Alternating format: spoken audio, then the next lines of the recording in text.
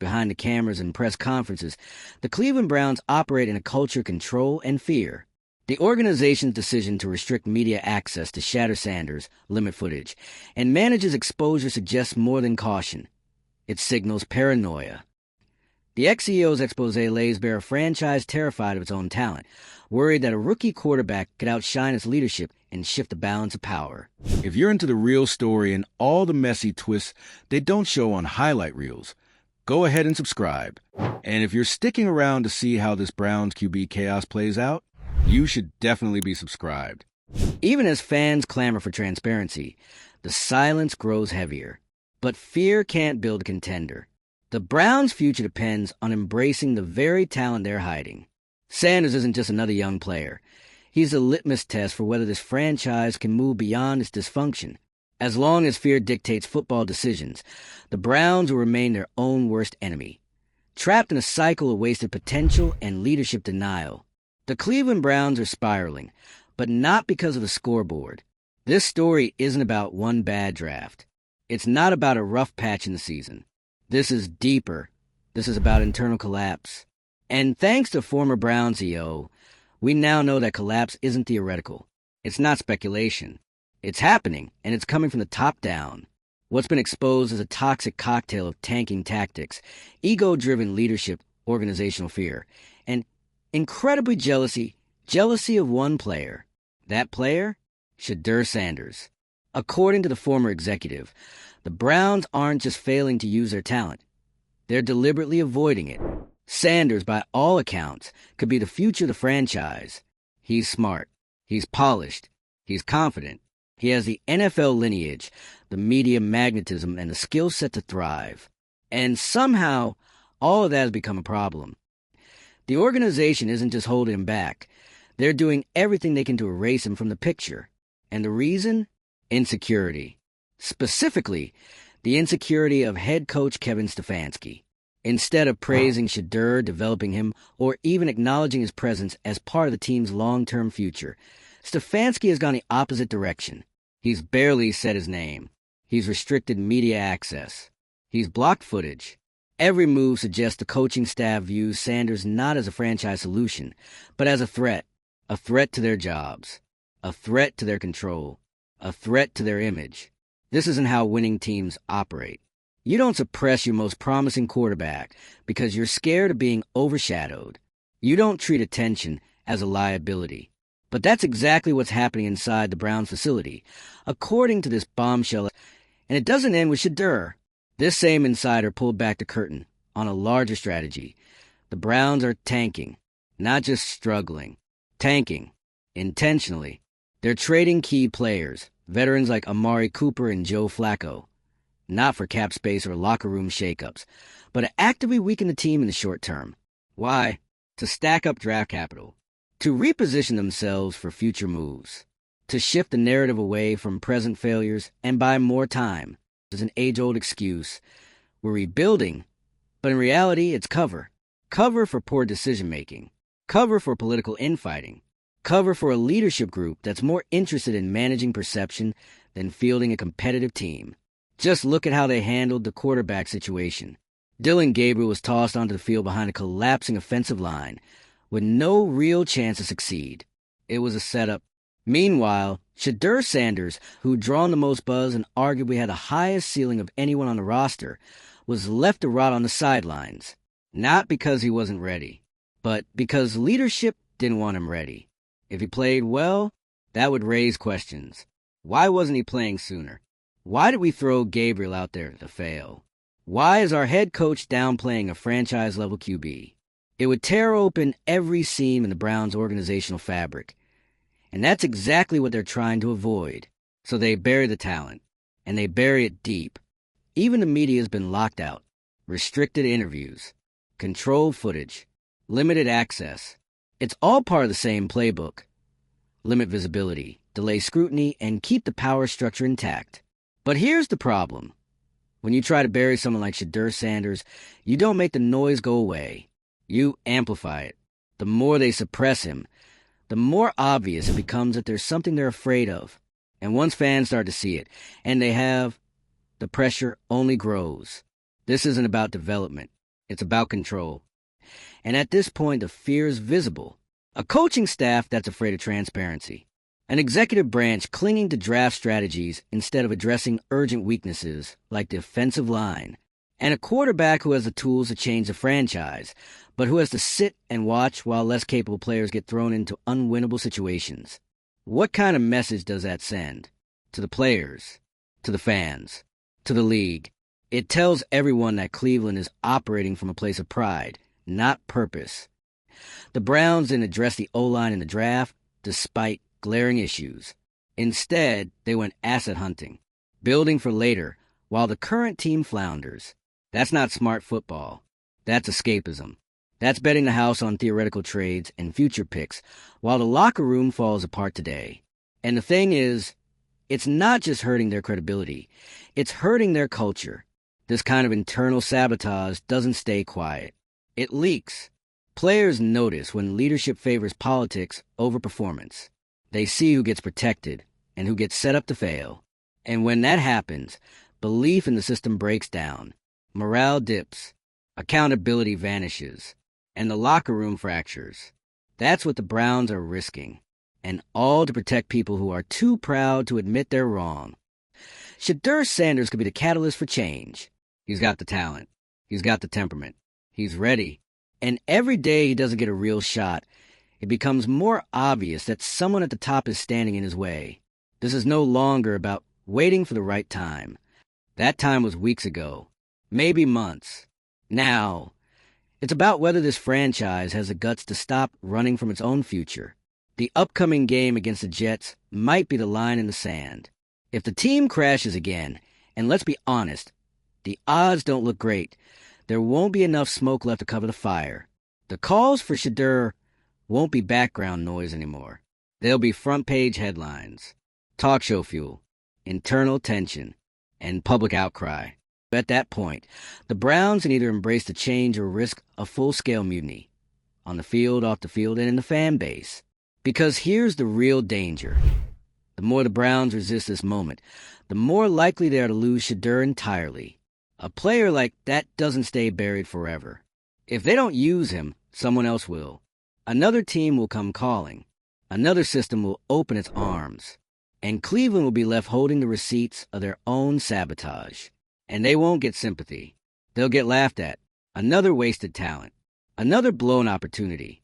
Another chapter in a franchise known more for its failures than its vision. The question now isn't if Shedeur Sanders can succeed. The question is where. And if Cleveland doesn't act fast, that answer might not include them. Drop your thoughts in the comments. Are the Browns protecting the wrong people? Is this really just tanking or something worse? Should Shedeur be starting right now? Or has the damage already been done? Hit like if you're tired of watching leadership sabotage talent. Share this with someone who's been side-eyeing this coaching staff for months. And subscribe because the Browns are writing a playbook in dysfunction, and we'll be here breaking down every wild page. Let's be crystal clear. What's unfolding inside the Cleveland Browns organization isn't a misunderstanding. It's not a rebuild. It's not some next-level chess move where they're sacrificing short-term wins for long-term dominance. No, this is a collapse. An ego-fueled implosion where leadership is so afraid of being exposed, they're willing to sit on a franchise-changing quarterback just to protect themselves from scrutiny. And the worst part? Everybody sees it. The former CEO's expose ripped the mask off a team that's been posturing like they're building for the future, when in reality, they've been playing scared. Scared of Shedeur Sanders. Scared of the attention he brings. Scared of what his success would say about the people currently calling the shots. Kevin Stefanski, in particular, has gone from respected tactician to the central figure in this spiral. According to the CEO, his jealousy towards Sanders is more than just discomfort. It's driving key football decisions. His refusal to talk about Sanders in public, his tight control over media access, the way Sanders has been essentially blacklisted from any real quarterback competition.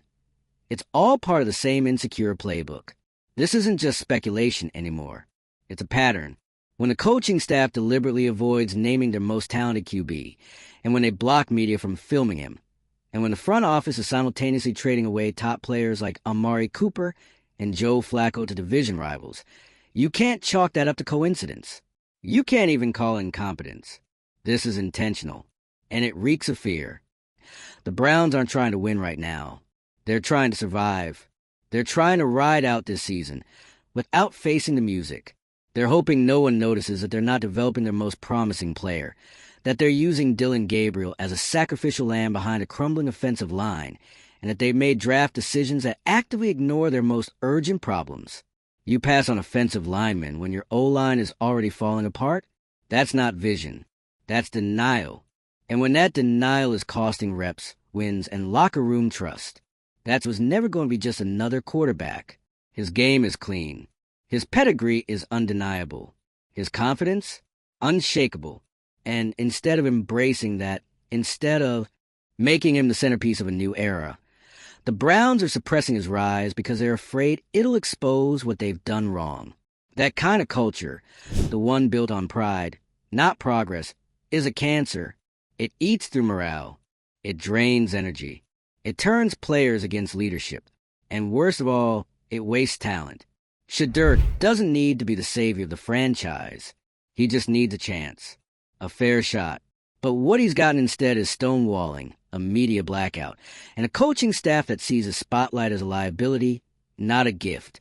And let's not forget, the media wants Shedeur. The fans want Shedeur. The NFL world is watching. So when the Browns go out of their way to limit his visibility, it's not because he's not ready. It's because they're not. They're not ready to admit the plan isn't working. They're not ready to relinquish control. They're not ready to deal with a player whose talent will force a conversation they don't want to have. And now, they're backed into a corner.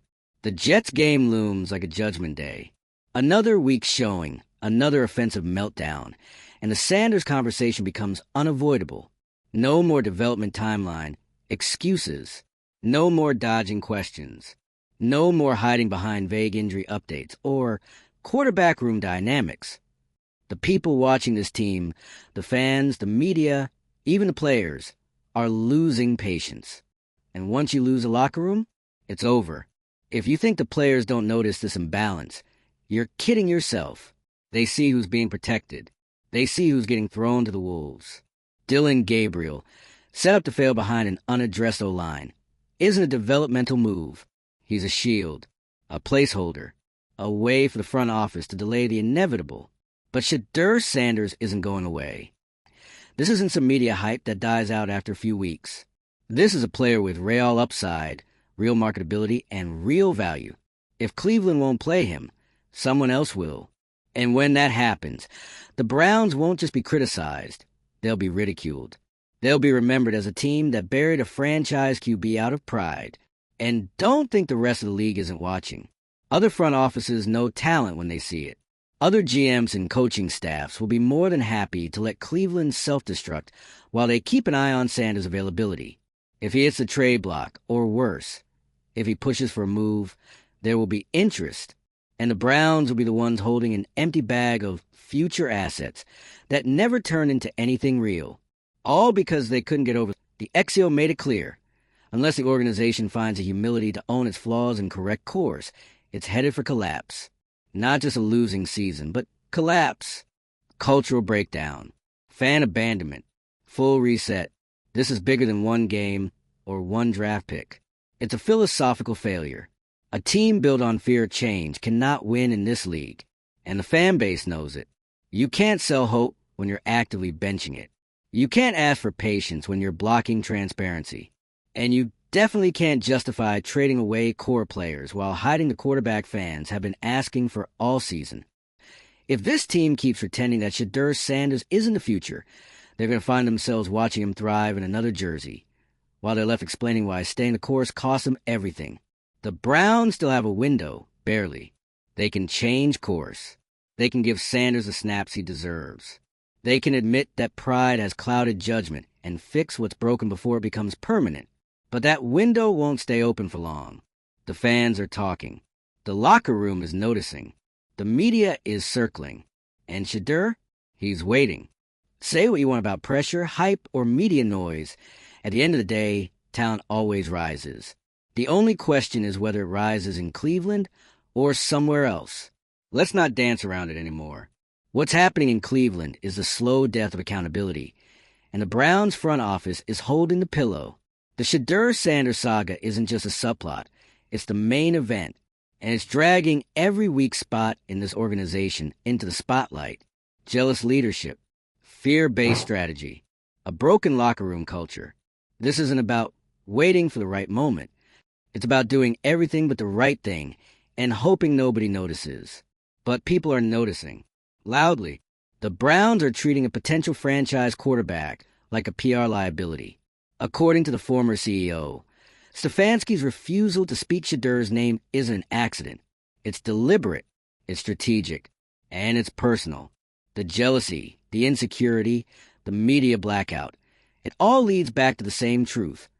This coaching staff is terrified of being eclipsed by someone they didn't create, can't control, and don't understand how to. Because Shedeur isn't just a quarterback with talent. He's a quarterback with presence. He brings attention, headlines, momentum. And in Cleveland, attention is treated like a threat. They want silence. They want obedience. They want the spotlight dimmed until they say otherwise. Which is wild, because this team has needed a leader like Shedeur for years. But here they are, smothering his rise instead of riding the wave. Let's be real. If Shedeur was underperforming, there would be clips, stats, practice leaks, quotes from anonymous sources hinting that he's not ready. But there's none of that. Just silence, controlled footage, restricted access. It's not just weird, it's calculated. They're managing the narrative, not the team. And it's backfiring. Because while they've been playing games behind the scenes, the on-field product is unraveling. Poor offensive line play, flat offensive schemes, recycled excuses. Dillon Gabriel was fed to the Wolves with no protection and no upside, not because he was the best option, but because he wasn't a threat.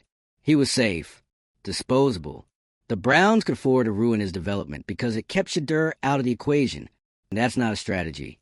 That's a cover-up, and the fans know it. The ex-CEO didn't just expose dysfunction. He exposed a culture of fear. Fear of being wrong.